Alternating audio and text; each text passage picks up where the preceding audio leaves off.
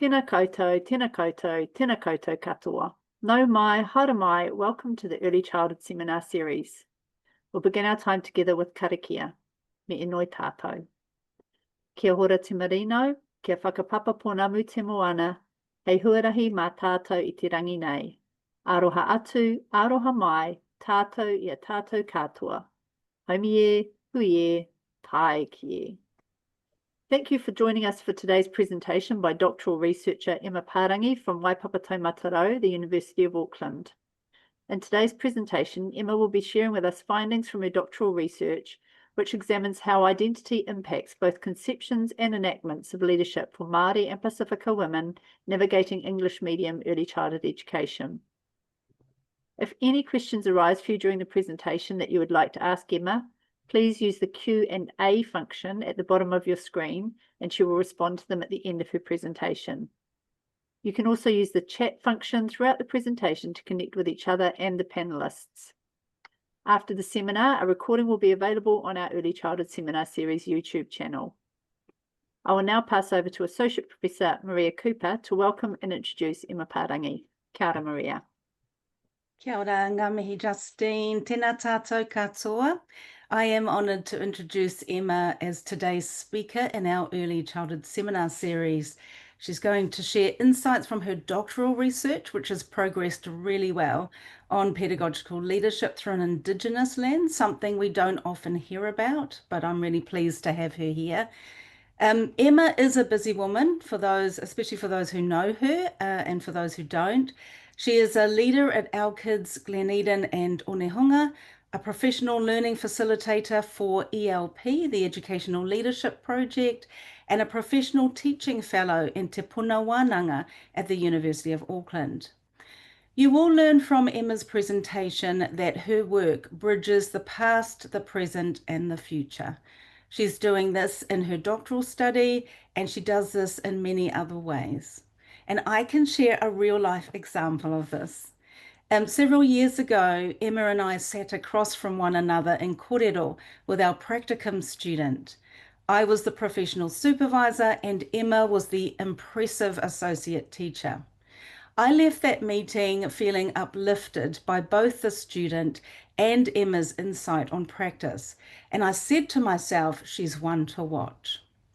Then in 2023, I was invited to be the reviewer of a Māori doctoral student's confirmation year. The topic intrigued me and I had no hesitation in accepting. Then on attending the review meeting, I met Emma, but didn't immediately recognise her, although I couldn't help but feel we'd already connected somehow. Again, I left that meeting saying to myself, she's one to watch. And soon after we connected the dots, fortunately. And now, a couple of years later, here we are. I'm not only watching Emma with more intrigue and intent, but enjoying this connection between our pasts, presents, and hopefully futures. So no mai rā e Emma, he tino hari kua mātou kei konei koe. Welcome, we're really happy to have you with us. Please come forward. Tēnā koe Maria, o tēnā korua, ko Justine, okay. Tēnā rā tātou, kia ora everyone. Thank you for being here for this Wānanga upurangi, for this online session, and I will jump straight into it. Although I've already been beautifully introduced, I will share a little bit about my whakapapa as well. So, ko wai ahau, i te taho tōku matua he uri ahau no Ngāpuhi, ko ngā toki mata whārua rawa ko Mātātua o Kuwaka, ko Ngāpuhi te iwi, ko Ngāti Rehia rawa ko Ngāti Moerewa o Kuhapu. I te taha hoki o tōku matua he uri ahau no Airana, no te rohe o Cork, ko O'Reilly te hapu. I te taho tōku māma, he uri ahau no Airana me Kotirana me Ingarangi, no ngā rohe o Dumbarton, rawa ko Oxfordshire o Kutupuna, ko Emma Parangi ahau, he kaiako ahau, he ākonga hoki ahau, tēnā rā tātou katoa. So on my dad's side, I am a descendant of Ngāpuhi. Ngāti Moerewa and Ngāti Rehia are my hapu. I also descend from the clan of O'Reilly in the region of Cork in Ireland. On my mum's side, I have whakapapa to Ireland as well, Scotland and England, to the clans and family groupings of Kennedy and Armiger and those motu. I consider myself first and foremost a teacher and a learner, and am very happy to be here to share this mahi with you today. So as has already been shared, I am presenting my PhD research with Waipapa Taumatarau through Te Puna Wānanga. And I was just sharing at the beginning of the session that I submitted my thesis at the end of June, so just a few weeks ago, after 3 years of mahi with this research community. So the name of my study, as has already been shared, is Modern Mātauranga, Ancestral Wisdom Applied to Leadership in Early Childhood Education in Aotearoa. And I begin with this image in this slide. This is Kahurangi. She is my iramutu, my niece, and she's here representing her reanga, her generation. She is the mātamua, the eldest in her generation in our whānau. She's 4 years old in this picture, so very much within that early years space. She's 11 now, so but she, as the mātamua, as I said, represents her reanga of tamariki mokopuna, of ngā uri whakaheke, so of this generation of our descendants, to which I dedicate, or to whom I dedicate any mahi that I contribute to in the teaching and learning space. All right. So again, I think Justine already shared the aim of this research, the research from this research community, which aimed to examine the conceptions, enactments, and impacts of leadership from the perspectives of Wāhine taketake, Indigenous women of Te Moana Nui Kiwa, and positional leadership in ECE and Aotearoa. So to further define that key term of Wāhine taketake, this describes the research community as those who self-identify as having ancestral connections to Te Moana Nui Kiwa, also known as the Pacific Ocean, and Pacific Island nations, of which, of course, Aotearoa is one. We're commonly known as Māori and Pasifika women. So I use Te Reo Māori, the Indigenous language of Aotearoa, where Wāhine taketake can be interpreted as women whose connection to their land is long established, both ancient and long-lasting. Essentially, this study explores how Wāhine taketake understand and practice leadership in ECE and the impact that their leadership has on their learning communities, as well as their potential wider impacts on Māori and Pacific communities. Rāranga, or weaving, is a foundational theme of this study, and rāranga harakeke, or flax weaving, is a form of weaving of my ancestors, which embodies the thesis title of Modern Mātauranga, Ancestral Wisdom, and its application in the context of ECE and Aotearoa. Rāranga harakeke is a form of ancestral wisdom that I have been actively seeking and learning from, and now applying within this research. You can see this image here. This is my nana, my great-grandmother. Her name is Tiniwa, and she was a weaver, as were many of the Wāhine Māori of her generation. For my whole life, I've had a kete, a woven basket that she made, and I've always kept it with me, moving around the country and sometimes around the world as a reminder of my aspiration to learn rāranga harakeke, or flax weaving.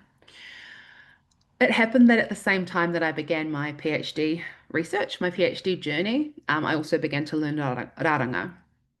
And as part of this haerenga, I reached out to some mentors within my whānau, and I started that by talking to my dad and asking him what his memories of Nana and her mahi rāranga and her weaving were. So he shared with me that he spent his school holidays at our papakainga at our homestead with his grandparents. And my nana would take him and his cousins to the pāharakeke, to the group of flax bushes. And it was their job to harvest all of the rau, all of the leaves of harakeke, and deliver them to Nana and to his aunties. And they would process the harakeke right there in the pā harakeke, sometimes cutting it into whenua, into strands, and sometimes stripping them down, leaving only the muka or the flax fibers behind. Dad said when that happened, he remembers feeling shocked and quite disappointed that the piles of leaves that he'd spent hours harvesting had been reduced to what to him looked like some cotton threads. But then when Nana and his auntie started using the whenua and the muka, they were able to, and he saw what they were able to turn those threads into. His thinking shifted again, and he and his cousins saw the many ways that raranga was used in their daily life. So he was part of that process that began there in the pā harakeke at the feet of his grandmother. So from the context of my whānau to the whānau whānui, to the wider community of the ECE sector, a metaphor grounded in and guided by raranga naturally connects with this research community. Of course, through the woven mat metaphor of te whāriki, and also as kaiako, we all have experience of art forms such as raranga, providing tangible examples of Indigenous lifeways. My own experience in ECE and Aotearoa over the past 18 or so years has taught me that embodied tikanga through art, from waiata to pūrākau to raranga, is an effective method to teach and share about my culture with integrity. This metaphoric framing also recognises the other leaders within this research community as kairaranga, or as weavers, and therefore as knowledge holders with authority over their domains of expertise. From the physical to the metaphysical, Wāhine taketake are expert weavers. The study is therefore organised, as you can see here, according to the process of raranga. I'm going to briefly move through the stages and explain how these stages of raranga align to the different components of the research. So beginning with hauhake, or the harvest, this aligns with the introduction and the literature review, which provide the context for this research through seeking out and building relationship with what is already growing, just as we do in the pā harakeke. Tikanga raranga, weaving ways of doing. This describes the tikanga, which comprises all ritual and customary aspects of a raranga process, as well as a plan for what will be woven and how this will happen in alignment with the values and beliefs of the weaver. So tikanga raranga align to the methodology, explaining how we conduct the research, the tools and processes we use, and the values and beliefs that underpin them. Then we have raranga whakapapa, weaving the foundation. There are many types of taonga, treasures, items, vessels that can be made through raranga, and all of these begin with a whakapapa, a foundation which contains a map for the rest of the raranga process. So weaving this foundation aligns to the method of the study and the various stages within that method, from collecting the data to analysing it and illustrating the bringing together of these components that have been prepared through the previous stages of hauhake and tikanga into the action of actually conducting the research. Then we have haro me miro, so a scraping and twisting, which aligns to analysis and theme making. So this is how I framed the findings chapter, and haro and miro are dual processes of separating and then bringing back together. So taking a whenua or a blade of flax, in haro you scrape the flax to reveal the fibers within it. These separate fibers are then twisted through the process of miro, where the muka, the flax fibers, are rolled down your thigh into and creating a stronger thread.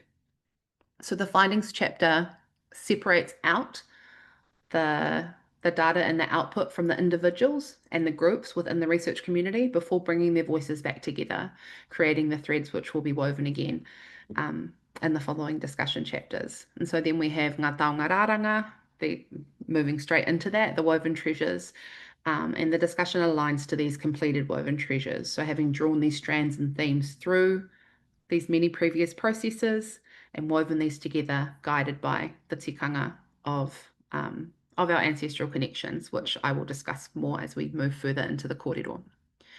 And then finally, we have koha, gifting, and you'll see when we move into talking about findings that the final chapter is titled Future Visioning. and it contains potential pathways forward from this study, which aligns to the practice of koha. So the Māori, the life forces of the research community, as weavers of this work, become part of this taonga being gifted, guided by dedication to transformative change with and for tangata whenua and tangata moana in Aotearoa and beyond. Right. So these are the research questions that have guided the study. One, we have, how does Indigenous identity impact both conceptions and enactments of leadership in ECE and Aotearoa? How are Wāhine taketake and leadership navigating English medium ECE? These questions 3 and 4 are the complement or inverse of one another. How do Māori leaders navigate integrating Pasifika knowledges and practices? And how do they understand their responsibilities in this mahi? And how do Pasifika leaders navigate integrating Māori knowledges and practice? So how do we understand our responsibilities to one another within the context of ECE? And then finally, how do Wāhine taketake and leadership impact their ECE communities? You'll see from the method of the study that it was a Wānanga practice contained within the research community itself. And so the discussions of impact are mostly from our theorizing in Wānanga with one another. To explain, I suppose, the origins of this research, it helps to share a little of my experience in ECE. So I've been an ECE teacher, or I was an ECE teacher for 15 years. I've led ECE centres through the pandemic context, which also is an important contextual factor of this study. And I've worked in the professional learning space for the past 4 or 5 years as well. So my experience of positional leadership comes from a condensed time frame, and it gave me a unique view of what has been happening within the sector. Working as a leader when I stepped into professional learning and facilitation, I was focused on how leadership is perceived and addressed by different members of our learning communities. And as an Indigenous leader, I found resonance with other Indigenous leaders as our paths crossed. One of the key reasons I decided to include both Māori and Pasifika leaders in this study comes from my work in supporting a range of centres where I met many Pasifika leaders, more so than Māori leaders in most cases, specifically working in the Tāmaki Makaurau and Waikato regions. And for most of my own time in leadership, I'd felt quite isolated from a lack of connection or a network or support, as I was often the only Māori leader in my organisation and in professional learning spaces. While acknowledging our many differences, I found that some of this connection and support could be achieved through building whanaungatanga or relationship with other Indigenous leaders. And I found this in connections with Samoan leaders and Tongan leaders and Kukiairani leaders. Each of the leaders that I connected with impacted me in the ways that they were balancing their responsibilities to their learning communities, to governing people and powers, as well as to their own and other Indigenous peoples.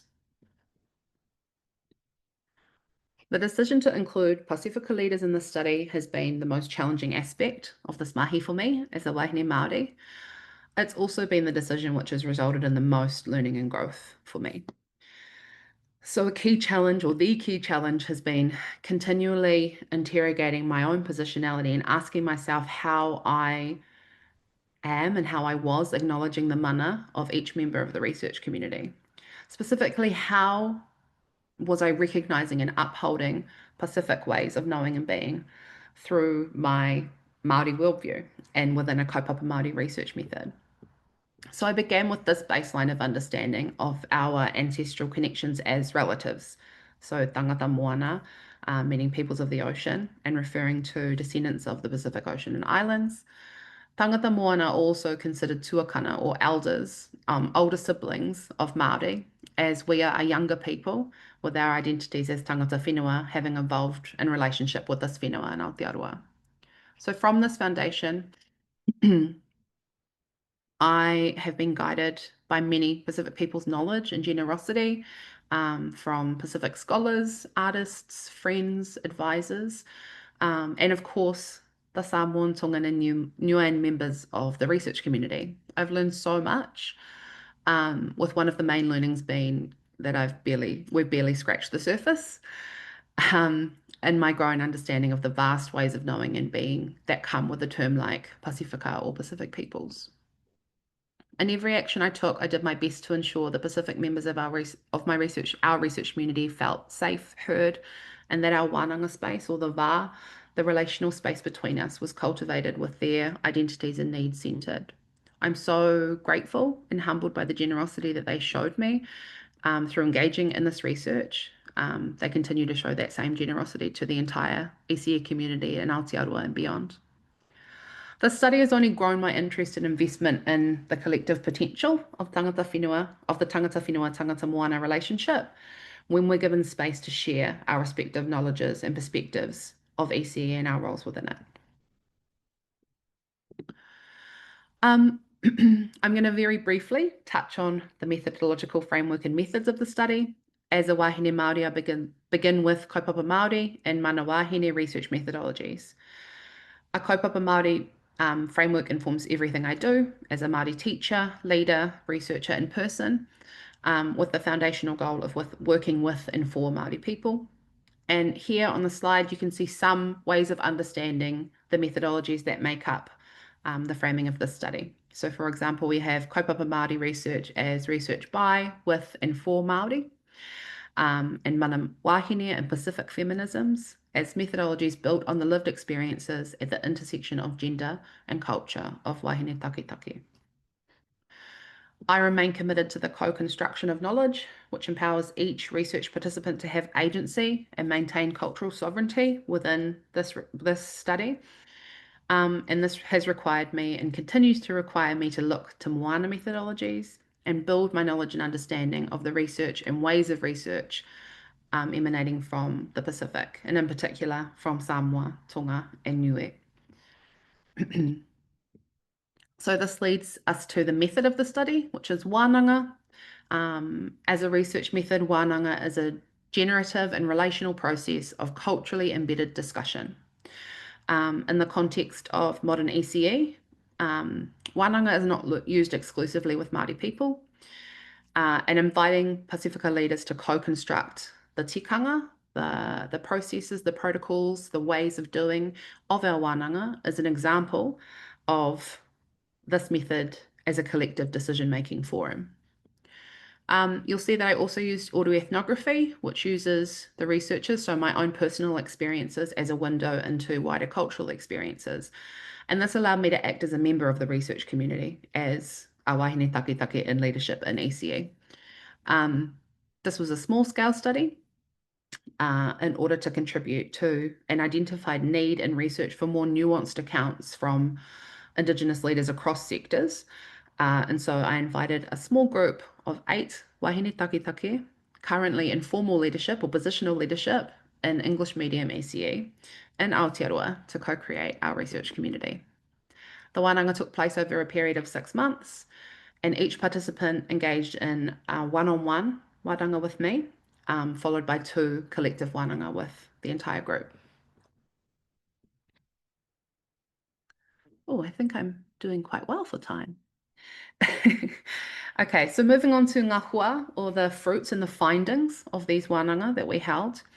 These are the initial emerging ideas from the individual, the one-on-one wānanga. So these ideas came across the majority, if not all 8 of these wānanga. So knowing your culture, knowing your community in order to meet their needs, they came across as important and emerging ideas to the research community. The work of leadership does not fit into an 8-hour day or a 5-day week. Anyone leading an ECE is most likely familiar with that one. The experience of having no mentors or support, being supported and not being supported into leadership, but all of the wāhine acting as mentors themselves. The experience of not being supported in their identities except by other kaiako. So the research community reported the support coming from Māori and Pasifika kaiako, as well as from Pākehā and Tauiwi kaiako. So non-Māori, non-Pacific teachers also provided some of that support. experiences of organizational racism, the understanding that mainstream or English medium is where we are most needed as Māori and Pacific leaders. Little to no connection with Māori or Pacifica leaders outside of their immediate communities. So that, I guess, it does include their personal communities, their cultural communities, but importantly, their learning communities. Seeing each other as connected with space to learn more deeply about and from one another. And then this key point here, relationality, whakawhanaungatanga, the process of building and maintaining connection and relationship as a central way of being for us as tangata moana and tangata whenua, and that this is an ongoing part of every stage of the study. So for that last point, both the tangible and easily explainable components of whanaungatanga or relationality alongside the less tangible, so those connected with and coming from, so ngākau, the heart space, āhua, wairua, the spirit space, are what has made this mahi joyous and really enriching to be part of. I have experienced an easy rapport that developed with each of the wāhine that I met. And this is, I think, captured really beautifully by one of the wāhine in the research community who shared that her father would remind her often by simply saying the phrase leva. And she explained that to me, that her understanding of that is just to pay attention and to pay care to the space between us. So the cross-cultural nature of this study, including these different identities, the different ethnic identities, is complex. And this early finding, or these early findings, indicate that it deserves more attention. And I can now say at the end of the study, or having completed the thesis, that this is still the case. The relational space between Māori and Pacific leaders in ECE needs more attention and more opportunities for research. So for the rest of the session, I am going to share the 3 themes which have emerged from the study, alongside some kōrero directly from the research community of ECE leaders. So the first emerging theme is community at the centre. I started with people at the centre and realised that that was limiting community to be confined only to Te Ira Tangata, to humankind. And so community at the centre is oriented to the different scales of what community means and encompasses for each of these leaders. This theme addresses and connects to research question 1. So how does Indigenous identity impact both conceptions and enactments of leadership for Wāhine taketake leading in ECE and Aotearoa? So on the left column, that are the ideas or the codes that shone through the data, of each individual wānanga, as well as when we gather together in a group.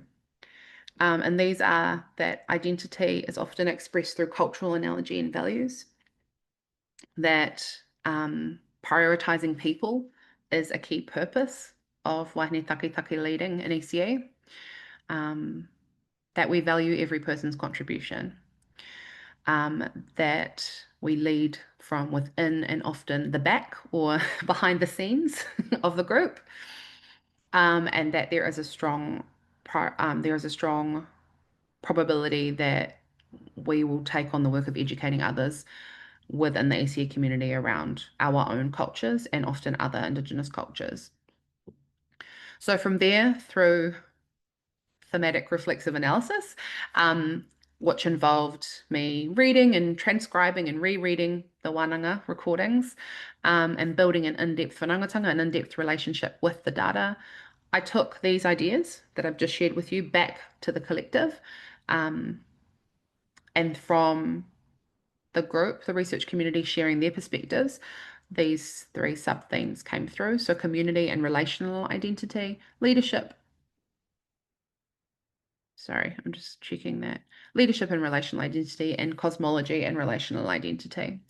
So in essence, these themes mean that the research participants understand their identities as people and leaders as created through their relationality to their communities, both human and beyond human. And we have some excerpts or examples to help illustrate these themes. So this one relates to leadership and relational identity.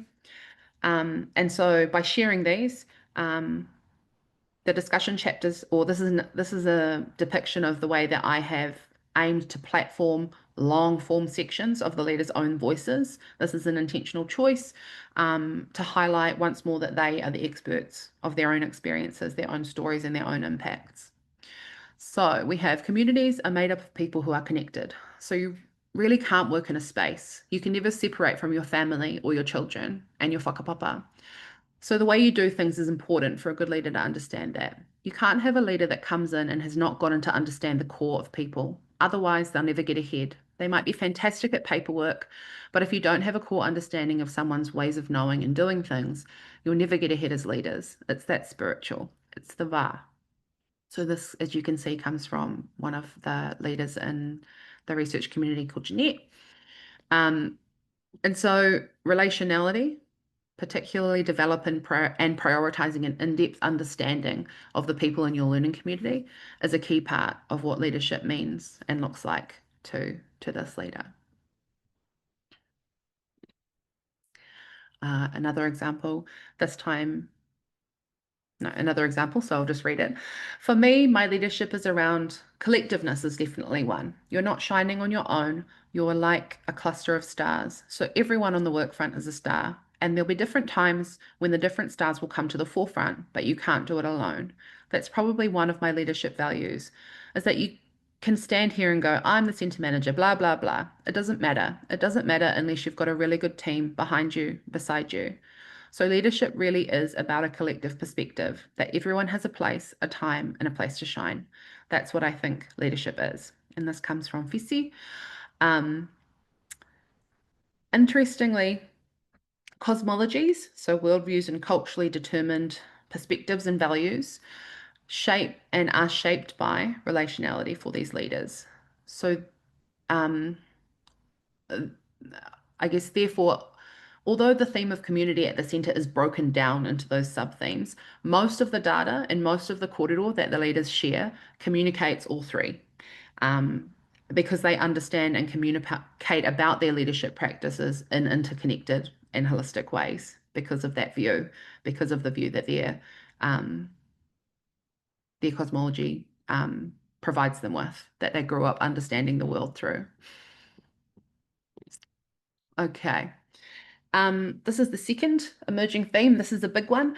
I had hypothesized that this would take the majority of the discussion work. I would spend a lot of my time writing about this kaupapa. I wasn't wrong. There were lots of other beautiful, surprising elements, but definitely this theme is very expansive. The Wānanga data that these leaders shared about this concept of challenging the system and the challenges of the system is expansive. So it addresses research question 2, which is how are Indigenous leaders navigating English medium ECE? So it's talking about us as Indigenous practitioners working within the mainstream space. So it focuses on the many challenges the research community face and navigate,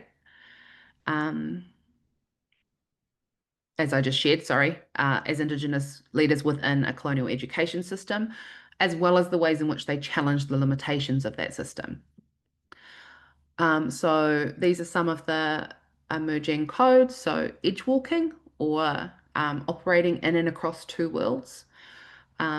Always needing more time to fulfill all the needs and requirements of their roles.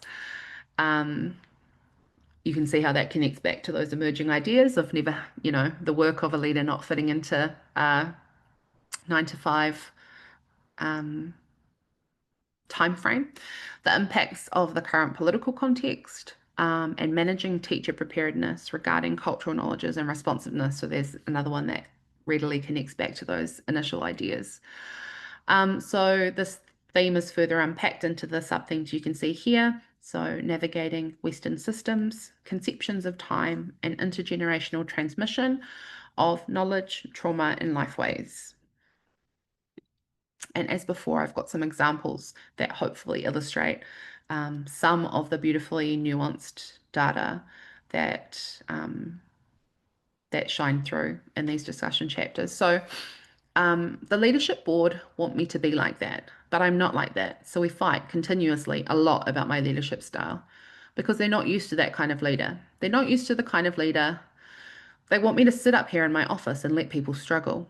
Well, they didn't say it like that, but that's how I see it. You've got your job to do and you need to do your job. Well, isn't my job to care for our staff? Because if I don't, we're not going to have them to look after our tamariki. So that's been a really big struggle. So this comes from Rangi, and she is describing the clash of priorities and the clash of definitions as to what makes a good leader. And so in this example, she's talking about that clash being between her and her employer, or the board which leads the centre that she runs. And then we've got another example here, a long example, but I think it's important and worth sharing. This time a clash between this leader and wider governing bodies. So Jeanette says, for example, we had a Samoan teacher and she was also a minister's wife. So the place between her and I was totally different than between me and another teacher because she held a status in the community and she was older than me. And she's got such a wealth of knowledge that I didn't want to stomp on that. So I was humbling myself down to her knowledge and her wealth. I responded, yeah, and when you're still having to work within the hierarchy of a Western system of management, that must be really difficult. How do you navigate that? And Jeanette replied, I used to battle with it to the point that I would do some of her work for her, just so that she could get through. But now that I'm a bit more mature in my leadership, I have begun to really challenge the rules a little bit. To just be like, well, no, she's doing this because this is who she is. We can't make her do something that she just won't do. It's not going to happen. So, for example, for portfolios, we'd give her 3 of the Samoan children instead of giving her a European child because her English wasn't that great. I said to her, why don't you just do them in Samoan? And Eero challenged me on that. And I'm like, well, it's not for you. And I added, yeah, who are learning stories for, eh? Jeanette responded, yeah, it's her relationship and her va with that child and that family. And they would respect it so much more that it's in Samoan. So it's not for you. Yeah, I think as a leader, it's about challenging the norm because the norm's not always the best for everyone. Again, I know these are long excerpts, but often the full context was really necessary to ensure that the leader's kōrero was communicated as they intended it. And this is part of my commitment to them as the sole storytellers and experts of their own experiences as leaders. This is the final excerpt for this theme, and it's this time illustrating the sub-theme of time. So Fisi says, you have to be able to balance that. I think being an effective leader is being able to balance those things. And honestly, sometimes you cannot be remunerated for some of the things that you do. There's no such thing. Because if you really nut it out, okay, this person's going to be paid for this, this, and this. There's no way we're going to be on these pay parity things. So for me, one of my values that I come with is the children and the well-being of the staff. And then we do as much as we can. And it may be that I do some work on the weekends and some work after hours. And I understand that it doesn't get paid. That's not why you do it. I think it's really about your own personal values that you come with as well. So it's about balancing it, but you're not going to find that in the 8 hours of the day that you get paid for. And I added, also, it's the idea that even if you're not technically working, because of the values that I'm guided by, I still had to be available for the community if they needed me. And so if I got a phone call, I wasn't working that day. I was not just going to turn my phone off, And Fessy answered, yeah, you do have to put some boundaries in place because otherwise you're going to be working 24/7. And as effective leaders, we know where those boundaries are. And sometimes people say, you don't have to answer calls after hours. You don't have to work on the weekends. But sometimes you actually do, just to get on top of the mahi. So here Fessy and I discuss the misaligned concepts of work time and responsibility to community as a key challenge for Indigenous leaders in ECE. Right, so there's one more. So this excerpt actually comes from my own master's thesis, which, as you can see, I wrote in 2019. And it examined the intersection of my own cultural identity and my pedagogy and practice. So in Pākehā spaces, I'm often exempt from direct racism. Due to my skin colour, I fit the concept of Pākehā passing. However, when my Māori whakapapa is revealed, there is often an expectation that I will be an expert on all things Māori. The reason I've included this is because I haven't included any excerpts illustrating the final sub-theme of intergenerational trauma, knowledges and lifeways. And my reason for that is that these are particularly personal offerings from the research community, and I believe that they need the full context of the discussion chapters and possibly the entire thesis to be held safely within the context in which they've been shared.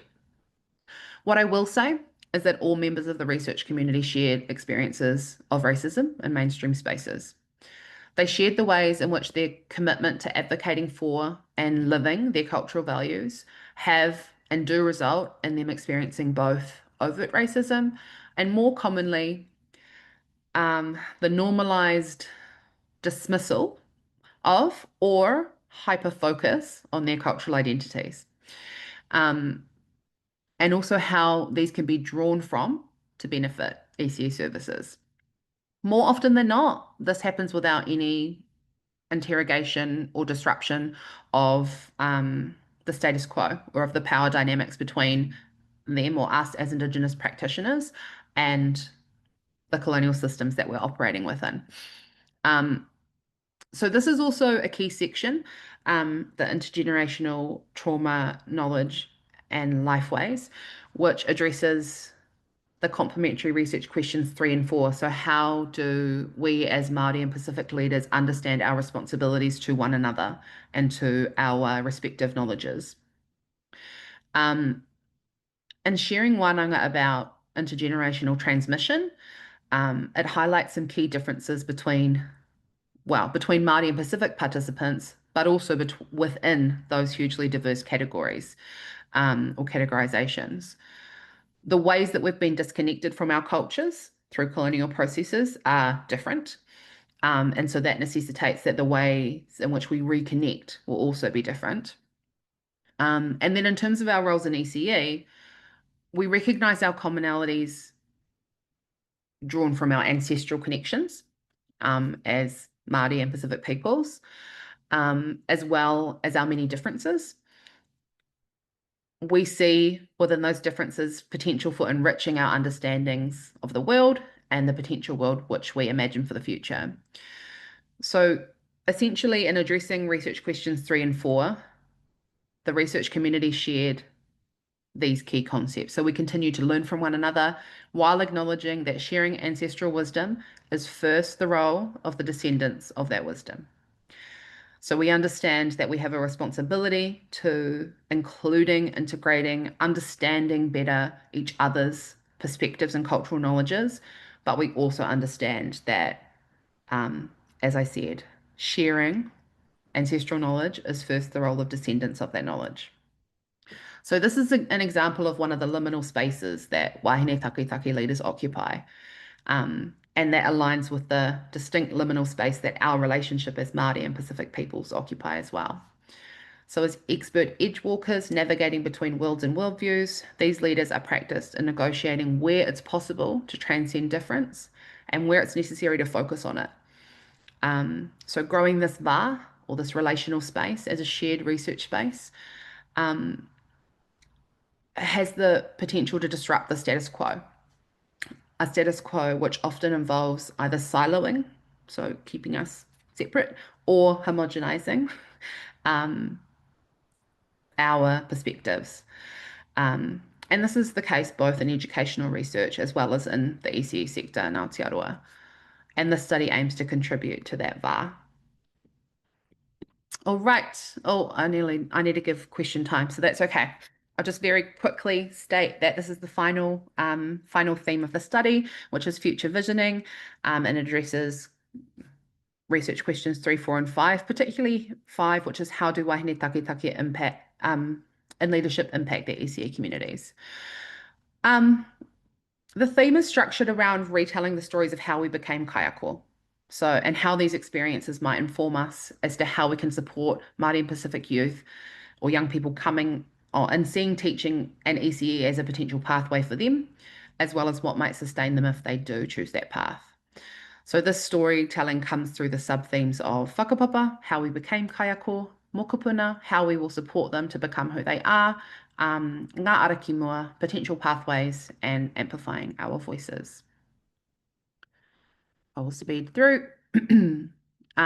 This theme also shares the theorising and planning from our collective wānanga. So we have the opportunity to hear directly from a group of experienced ECE leaders with diverse Indigenous identities, what they think will help make ECE a better, safer, more sustaining space for our mokopuna to inhabit. So Priscilla says, I think it's what you're trying to do. You're trying to reach that next level. See, we do what we do, and it's been done for a long time, but we need to go. Talia says, this is the next step. Priscilla, challenge the system, and we need people like you to help us challenge the system. So we're at the back behind you going, this is what we do, this is how we've experienced things, and this is what we want to do. And then you're like the voice, you're the platform to go, this has happened, this is happening, and this is what you need to do about it. Because we can't necessarily do it ourselves because we're on the ground doing the do. So this is in Wānanga with Priscilla and Talia. And for the record, being gifted that acknowledgement and responsibility from these wāhine who I deeply admire is still one of the most humbling moments of this mahi for me. And finally, this is a summary of the recommended and envisioned pathways the research community has theorised. So I've got a little bit more kōrero about this, but I think I'll just leave it at that so that we have enough time for pātai, for questions. Yeah. Essentially, all of these suggested pathways come from recognised gaps from the experiences of these wāhine taketake, recognised gaps in support and culturally specific support at the different stages of a teaching journey from rangatahitanga, so from youth, from young people, all the way through to being, you know, an experienced teacher or stepping into leadership. Aira, so ngā mihi kia koutou, thank you all very much for being here, sharing the space, listening to my kōrero and the mahi that we have been able to achieve with this research community.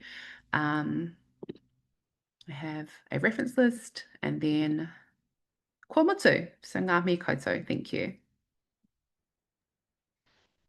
Oh, awesome. Ngā mihi mahana, Emma.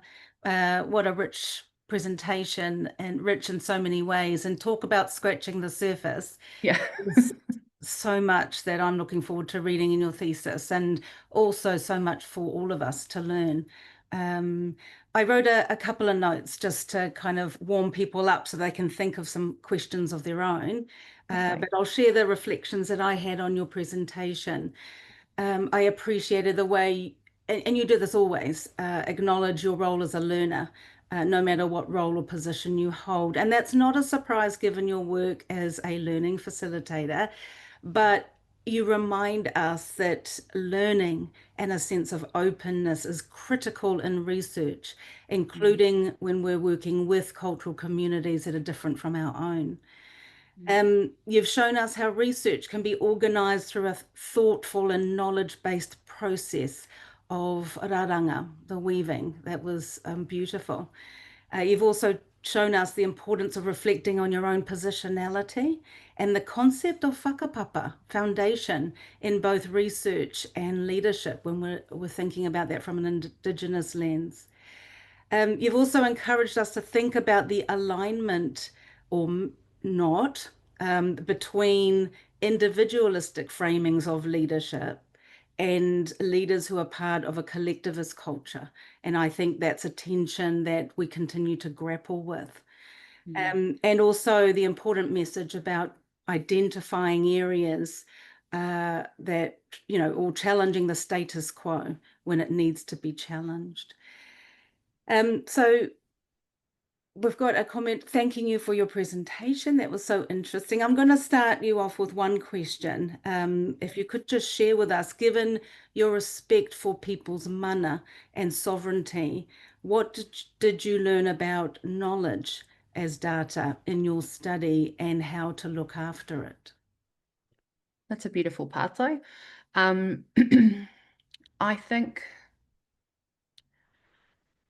in undertaking research at this level, I've learned to think about knowledge, not in a completely different way, but in a much more intentional way. I think I've always held any offering or sharing of knowledge as unique and important. So I always have an understanding that if knowledge is being shared with me, I then have a responsibility of kaitiakitanga or of care and respect for that knowledge. But in this instance, the leaders in the study and the research community are people who are doing this out of the kindness of their hearts because they believe in this transformational change and they see the possibility for things to be better for our tamariki and our mokopuna. So the knowledge that they shared with me, I have seen and continue to see and treat as the most precious gift. And so, I mean, that has played out in a lot of different ways in this tangaho, but essentially it has made me think very much about, I suppose, about access to knowledge as well, about whether, I mean, I understand from my own upbringing and the cultural knowledge that has been shared with me through my whānau, my whakapapa lines, that there is some of that that is just for us, and that there is some of that that is for the collective good outside of our own iwi hapu, even outside of the Māori community, even outside of the Indigenous community. And I think that that's the space that this knowledge occupies, right? And it's quite a fine line. And all of it is left up to the sovereignty of the research participants as to what they are willing to share. And also just making sure that they have a very clear understanding from the very beginning and throughout the process that this is going to be for the wider community, that our purpose is to share this with all kaiako, all practitioners that are working with our tamariki and our mokopuna, and that if that knowledge can be of value to them and make a change for them, then it's worth it. Kia ora, Emma. It makes me think about, in conventional, traditional Western qualitative research, we talk a lot about a good interview conversation with our participants as one where you can use probes to keep probing and probing. And you remind us that that's not always going to be appropriate. Absolutely. Especially when we're talking about people storying their own experiences, and it's their story to tell, and they're gifting that story to you to look after. That's great. Here's a big one. What do you think we lose as an early childhood community if we don't create more time and space in mainstream ECE to honour Indigenous perspectives on leadership? Another wonderful pātai. I think in our context in Aotearoa, where we have the taonga that is Te Whāriki, which is built upon Mātauranga Māori, and which is interwoven with Pacific values and knowledge. Obviously, that's been critiqued as to how much that actually happens in practice and the efficacy with which that weaving has happened. But, they are the foundations of our curriculum document. Our curriculum document guides everything that we do. And so if we are not looking to and meaningfully including Indigenous leadership of that work, I think we risk losing the essence of it. Those we can talk about whakaaro Māori, we can talk about the strands of Te Whāriki, as much as we like, but without being guided by either Indigenous practitioners themselves or the knowledges that we are willing to share and offer into the space and into the discourse. I think that, it is a really foundational loss of the essence of what these ideas, what these concepts, what this knowledge actually means and looks like. That's a vague answer, but I really do think that it comes down to the essence and the foundation of what the Mātauranga that our sector and our profession is built on in the Aotearoa context. I'm aware that it's very dark. I'm just going to switch a light on. Yeah, it's okay. I'm aware we started in the light and we're in the dark. Ka aroha koutou. Sorry about that. That's all right. Thank you, Emma. I was just in preparation for this presentation, I was reading NZEI's ECE Workforce Survey report, ko Ripo. And one key message and reminder for us is that we are a sector under immense pressure, no matter who or where we are. And I couldn't help think about the implications for pedagogical leaders whose core focus has always been to champion teaching and learning, but whose remit is rapidly expanding to support or work alongside the centre director with a focus on staff well-being, retention and quality, while navigating policy and practice by being an advocate for better funding ratios and support. And we are in that landscape again, where we're having to really think carefully about, how are we advocating both individually and as a collective. So just what you've shared in your presentation, there's a lot of reminders about how Indigenous peoples often think beyond the four walls of a centre and do a lot of service to their communities. And so that is part of being, an effective member of an early childhood community. So there is that additional focus on community well-being and enhanced culturally responsive practices in the centre. So my question to you is, in this climate of increasing demand and change, what do you think are some of the most important ways Indigenous leaders can do to keep both their teams and themselves and their communities safe, strong, and connected? That's a big pātai, but an essential one. I think while you were framing that pātai, it brought up a concept that I didn't talk a lot about because I was rushing through the final theme.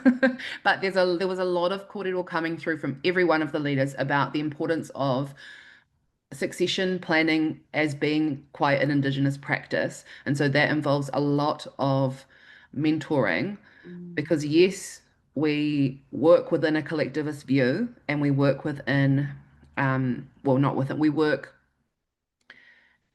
like you said, we perceive our responsibilities to the wider community as well as to our learning community as being one and the same. And so I think one of the key practices that these Wāhine talked about as being helpful for them in increasingly difficult political climates and leading through the pandemic and all these other extenuating circumstances, of being engaging in really strong and robust mentoring relationships where, we talk a lot about the language of mentoring within the complexity that the thesis allows. But essentially it is talking about mentoring relationships with other wāhine taketake often. It doesn't have to be, also obviously with Pākehā and Tauiwi allies. It's important to build and maintain those relationships and connections as well. But thinking specifically about our own experiences of having often, I think it was about half and half. So half the research community had no cultural mentorship, and then the other half had really strong cultural mentorship, and they had learnt a lot of their own leadership practices and understandings from another wāhine taketake who had supported them through it. And so I think in terms of both supporting the community and supporting themselves, it's because you're bringing another person into the waka that has the same or a closely aligned vision of where you're going and also is building and being equipped with the tools to lead that mahi. So that was a big part of it. There's probably a lot of other things that I could add to that, but I think that was just one thing that came to mind that I didn't get a chance to touch on. And I think that was part of my own practice as well, and feeling like I was really doing all that I could for the community under increasingly challenging circumstances. I think it was ensuring, that whakamana was a central component of what we were doing, that every person feels, and that obviously is a key part of distributed and pedagogical leadership as well, right? That we are ensuring that each member of the community feels empowered to lead with and through their strengths, and then also to strengthen in other areas that will support us as positional leaders. Yeah. Awesome. Yeah, and relationships are key. I'm going to finish with one last question, and just to honour the person who did add to the Q&A. So the question is, with the increasing multicultural makeup of both the teaching staff and tamariki, do you think we should also be looking at the commonalities of leadership wisdom across wider cultures? Great question. It's a great part, though. This is an area that I do a lot of work in the professional learning space. I think we already do. I think it's something that happens naturally as we have different leaders of different ethnicities and cultural backgrounds and knowledges in the ECE space. I think that it is essential because we have tamariki and whānau communities that connect with that are from those cultures and ethnicities as well. And I also think that my work focuses specifically on my own whakapapa, as well as making these connections with our Pasifika whanaunga. And the reason for that is that at the last census, there's still less than 15% of all ECE kaiako who are Māori and Pasifika. And so as the diversity and multiculturalism continues to grow in our sector, I think those things are definitely being focused on, and they are also naturally happening through within ECE communities. And the reason that my focus is and has always been on, first of all, bicultural foundation, and then the specific liminal space and the specific relationality between our Pasifika whanaunga, is because essentially that's where my knowledge and experience lies. And so I guess my answer to that is yes, definitely, but I'm gonna leave that for people who are more qualified to talk about and research. Kia ora. You're forgiven. Excellent. I mean, yeah, I think a strength of your study is looking at the relationship between Māori and Pacific. And we can learn a lot from that about other relationships too. Yeah. So yes, there's a question about, will we be able to access your thesis in due course? My understanding is all students still have to upload to an open database called Research Space through the university, so it should be accessible. But Emma's probably going to put some of this into publications as well, so we'll look forward to that. So ngā mihi koe, Emma. I'm going to pass over to Justine to do the official thank you and to close us off. Well done. Kia ora Maria, and ngā mihi nui a ki a koe, Emma, for your insightful presentation today. I have so many things that I'm really looking forward to talking to you about. But your research on how identity shapes leadership for Māori and Pasifika women in English medium early childhood education is really making a hugely valuable contribution to the conversation around Indigenous leadership in early childhood settings. And your work is providing invaluable insights for us as educators and leaders, and we're really looking forward to continuing to learn from your research. So no pressure, but could you please get some publications out there? Kia ora. Again, ngā mihi nui ki a koe, Emma. To our Early Childhood Seminar Series audience, if you wish to share or revisit this very important presentation, please check out our Early Childhood Seminar Series YouTube channel. The recording of this seminar will be available in a couple of days. We look forward to seeing you back for our next seminar, which will be in August, early August. You may have already received a flyer in your inbox about that and registration information. Thank you again for joining us for today. We will close with karakia. Me inoi tātou. Kia tau te rangi Māori e o te rangi e te iho nei, o papatua anuku e tākoto nei, o te tai ao e awhi nei, ki runga e tātou, ti hei, mauri ora. May the peace of the sky above, of the earth below, of the all-embracing universe rest upon us all. Behold, it is life. Take good care, everyone. Ka kite.